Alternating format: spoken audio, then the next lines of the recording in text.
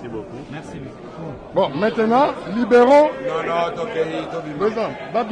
musharaxiinta mucaaradka ee jamhuuriyadda dimuqraadiga ee waddanka Congo ayaa ka cabanaya wax isdabamarin ballaaran oo ay sheegeen inay haraysay doorashadii madaxtinimo ee shalay ka dhacday waddankaasi Congo. dadka codkooda dhiibtay ayaa waxa ay sheegeen inay safafku aad u dhaadheeraayeen. qaar ka mid ah qalabka codaynta waa uu shaqayn waayay, sidoo kale robab mahiigaana ayaa ka daayay qaybo badan oo ka mid ah dalkaasi. dhanka kale rabshado ayaa ka dhacay gobolka koonfurta ku yaala ee lagu magacaabo Kivu, waxaana ku dhintay ugu yaraan 2 qof sida uu warbaahinta u sheegay sarkaal ka tirsan qaramada midoobay.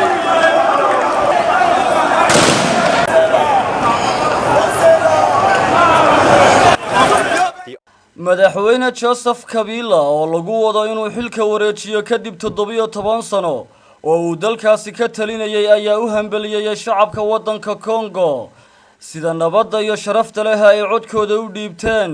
balse musharaxa lagu magacaabo Felix Tshisekedi oo ka mid ah musharaxiinta mucaaradka ayaa sheegay inuu ka cabsi qabo in rabshadaha dhacay ay ahaayeen kuwo laga soo shaqeeyay si doorashada buu yidhi loogu baajiyo, isla markaana taasi ay u sahasho inuu xilka sii hayo madaxweyne Joseph Kabila. caqabada xigta ayaa waxa ay tahay dhamaystirka tirinta codadka iyo weliba soo gudbinta natiijada rasmiga, taasoo dhibaato badan ka dhalisay doorashooyinkii hore uga dhacay waddanka jamhuuriyadda dimuqraadiga ee Congo. natiijada hordhaca ah ayaa la filayaa inay soo baxdo ugu dambeyn 6 bisha January ee 2019.